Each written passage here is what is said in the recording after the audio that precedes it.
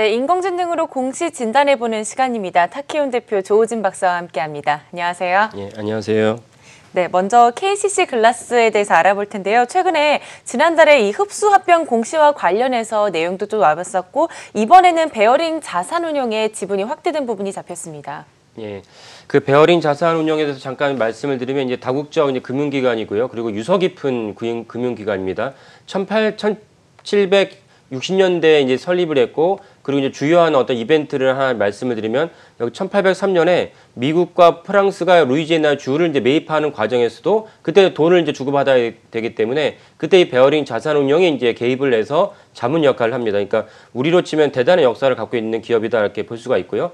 그 베어링 자산운용의 또 다른 특징은 무엇이냐면은 고배당 주식을 갖다가 주로 좋아합니다. 그래서 베어링 자산운용은 이 선별하는 주식은 고배당 주식 자체가 원래 그렇듯이 처음에는 느리게 이제 성장을 하고 수익을 내지만 장기적으로 봤을 때는 이제 대단한 수익률을 갖다 보인다. 그래서 베어링 자산운용이 어떤 특정 기간 동안 선별을 해서 본다면은 한 코스피보다 한 3배 정도 수익률을 갖다가 기록한 경우도 있다 이렇게 볼 수가 있습니다. 그래서 이번에 베어링 자산운용이 선별한 종목이 저희 이제 시스템에 포착이 됐는데요. 여기 잠깐 보시면 이제 베어링 자산운용이 갖고 있던 기업 중에서 한세실업은 이제 매도를 좀 일부 했고 린노공업 역시 일부 매도했습니다.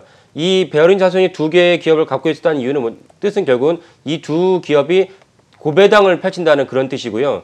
이번에 이제 KCC 글래스에 대해서 약 한 30억 원 정도의 이제 주식을 추가로 이제 매수를 했습니다. 그러니까 이 말은 뭐냐면은 KCC 글래스에 대해서 이제 베어링 자산운용은 고배당을 이제 기대한다는 뜻이 됩니다. 그래서 고배당을 기대하는데 KCC 글라스는 이제 어떤 게 또 중요하냐면은 아까 이제 설명한 대로 지난달에 이제 그 KCC 글라스와 코리아 오토 글라스를 합병한다는 발표를 했습니다. 그래서 이달 29일 날 그 합병을 위한 주총을 열게 됩니다. 그래서 주총이 이제 끝나게 되면 양상 합병이 되는데 사실 KCC 글라스도 이제 그 높은 이제 수익을 자랑하는 기업이지만 또 시장이 주목하는 기업은 이제 코리아 오토 글라스입니다. 그래서 코리아 오토 글라스는 이제 말 그대로 이제 오토 글라스, 자동차용 유리를 만드는 기업입니다. 그래서 우리나라의 이제 자동차 완성차의 대표적인 기업이 현대 기아차 아니겠습니까? 그래서 현대 기아차의 자동차의 유리에 사실상 독점으로 공급하는 기업이다 이렇게 보시면 되겠고요.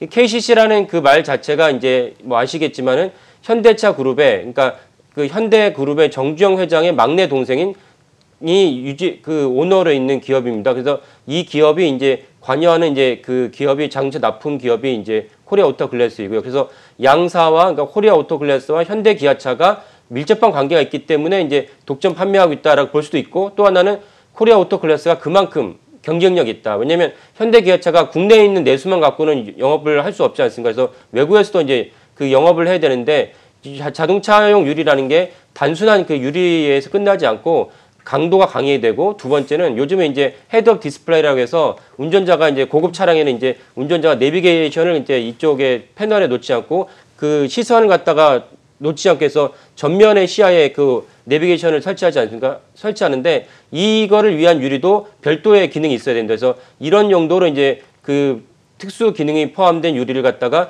코리아 오토 글래스가 이제 납품을 하고 있습니다.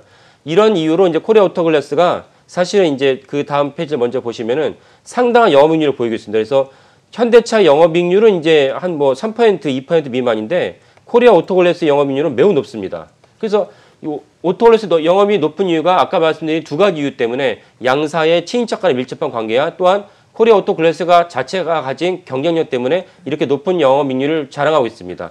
여기에 이제 한 가지 더 특징이 뭐냐면은 KCC 글래스랑 코리아 오토 글래스가 합병을 하게 되는데 합병하게 되면은 기존의 정몽의 KCC 글래스 회장이 지분율이 합병 법인을 기준으로 했을 때 한 20% 정도로 유지할 거라 봅니다. 그래서 대주주의 지분이 높게 되면은 사실은 당연히 자기가 의사결정을 할 때 배당이 나한테 돌아오게 되니까 높은 배당을 갖다가 선택하게 됩니다.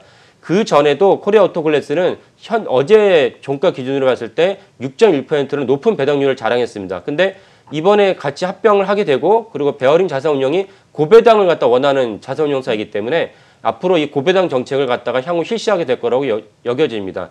베어링 자산운용은 참고로 자신들이 투자한 기업에 대해서는 적극적으로 의결권을 행사하게 됩니다. 대부분 자산운용사는 지분을 매입한다면은 사실 의결권을 행사하지 않는 경우가 많은데 베어링 자산운용은 적극적 의결권을 행사하는 기업이기 때문에 이번에 합병 법인에 대해서 그 적극적 의결권 행사를 요구하고 높은 배당을 요구할 거라고 이제 여겨집니다.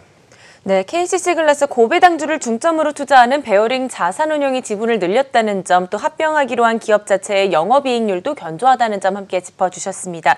SFA도 짤막하게 들어볼게요. 반도체 대표적인 장비 종목이죠. 예. 어떤 내용일까요? 그 SFA는 이제 1998년에 삼성 우주항공에서 분사한 기업입니다. 분사를 했는데 대부분 매출은 삼성전자에서 나오고 있습니다. 삼성에서 나오고 있고, 삼성전자에서 분사한 삼성 디스플레이의 그 팹의 대부분은 이제 물류 시스템을 이 SFA가 독점 공급하고 있다고 알려져 있습니다. 그래서 안정적으로 이제 매출이 발생하고 있고, 특이한 점은 2010년에 삼성전자가 삼성그룹의 계열사가 아닌 기업에 투자한 그 되게 이제 희귀한 사례이죠. 그래서 2010년에 삼성전자가 10% 지분을 인수를 했습니다.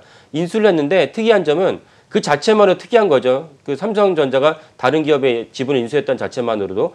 근데 특이한 점은 인수를 하면서 두 가지 조항을 삽입을 했습니다. 하나는 우선 매수권이라고 해서 SF의 지분을 딴 데 팔 때는 반드시 다른 사람에게 먼저 물어봐야 된다는 우선 매수권을 조항을 삽입을 했고, 또 하나는 태그 얼롱이라고 해서 내가 이 지분을 팔 때는 반드시 SFA도 다른 데 지분을 갖다 동시에 매각할 수 있다는 태그 얼롱 조항을 동반 매각권이라고 하죠. 태그 얼롱 조항을 삽입을 했습니다. 그러니까 삼성전자가 지분을 매수했다는 자체는 대단하지만 이 두 가지 조항이 있다는 자체만으로도 두 양사가 밀접한 관계가 있다는 걸 알 수가 있습니다.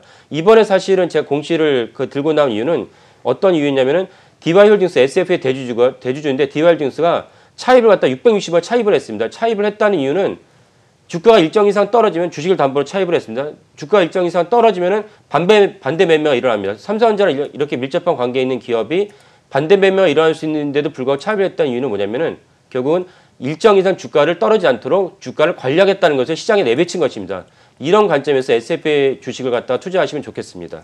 네, 차입을 했다는 점을 통해서 투자 의견 조금 더 가져보자는 의견 함께 주셨습니다. 지금까지 타키온 대표 조우진 박사와 함께했습니다. 고맙습니다. 네, 감사합니다.